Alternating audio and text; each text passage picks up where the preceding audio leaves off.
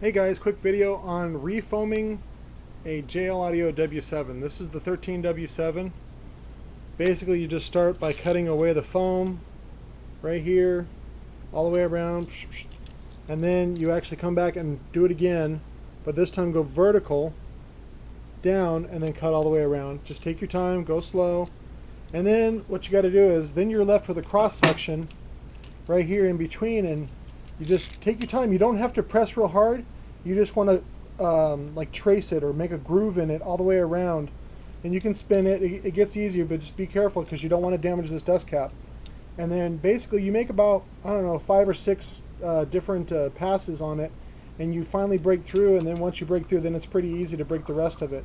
Now sometimes the glue that they use here is pretty super, and you want to be as careful as possible because you don't want to crease the dust cap because you want to reuse it. Now getting this off, there's a couple of different ways.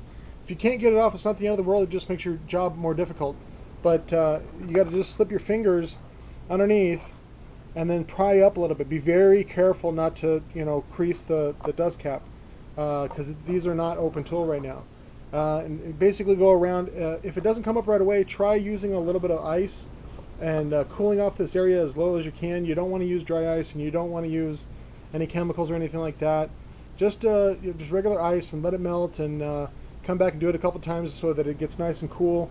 It drops the temperature a little bit and gives you a little better chance at getting that off. Now I've already gotten that off, and we've already sanded the foam away from the rim. I just got to sand up this side.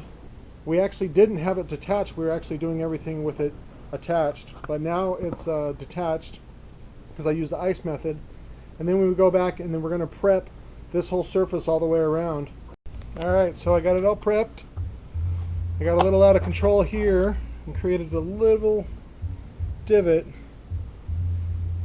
So it's not the end of the world, but be careful when prepping. So I used the air grinder.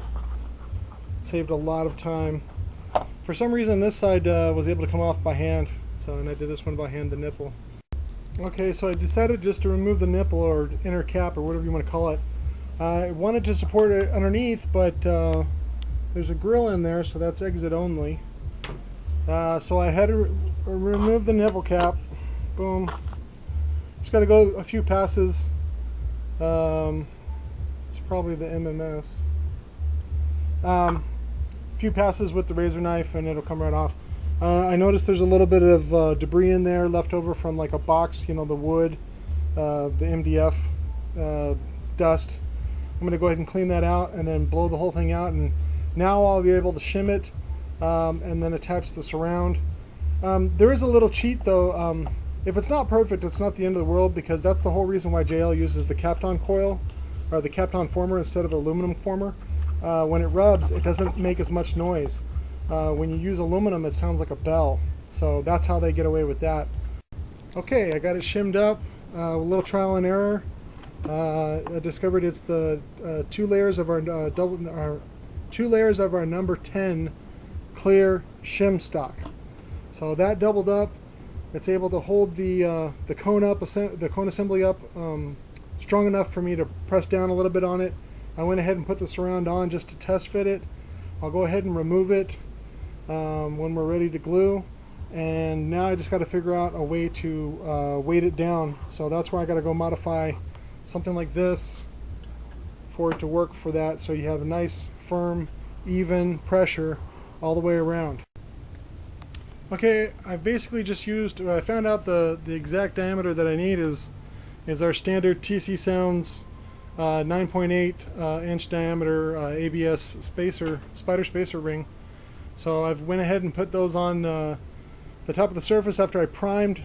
We use the Cyberbond Boost, which is a polypropylene primer, so that you can get CA to bond to it.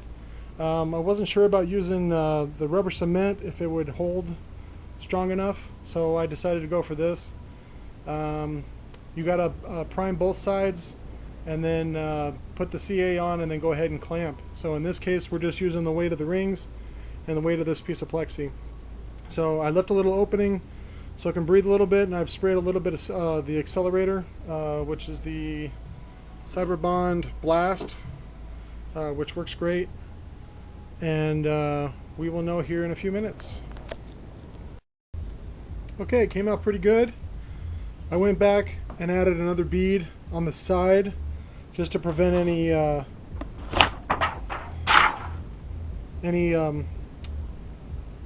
peeling, I guess what you could call it. So now I'm going to go ahead and double check the gap for any debris. I'm also going to do a sound test, basically checking for rubbing or anything like that. And then I'm going to go ahead and prime the both surfaces again for the, where'd it go?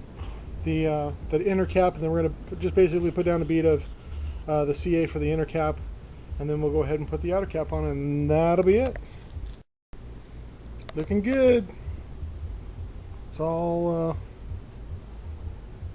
sprayed and cured. I've prepped the top surface and the back of the dust cap, both in the center and then the outside. I'm going to go ahead and put that on, and that is it. Thanks for watching, guys.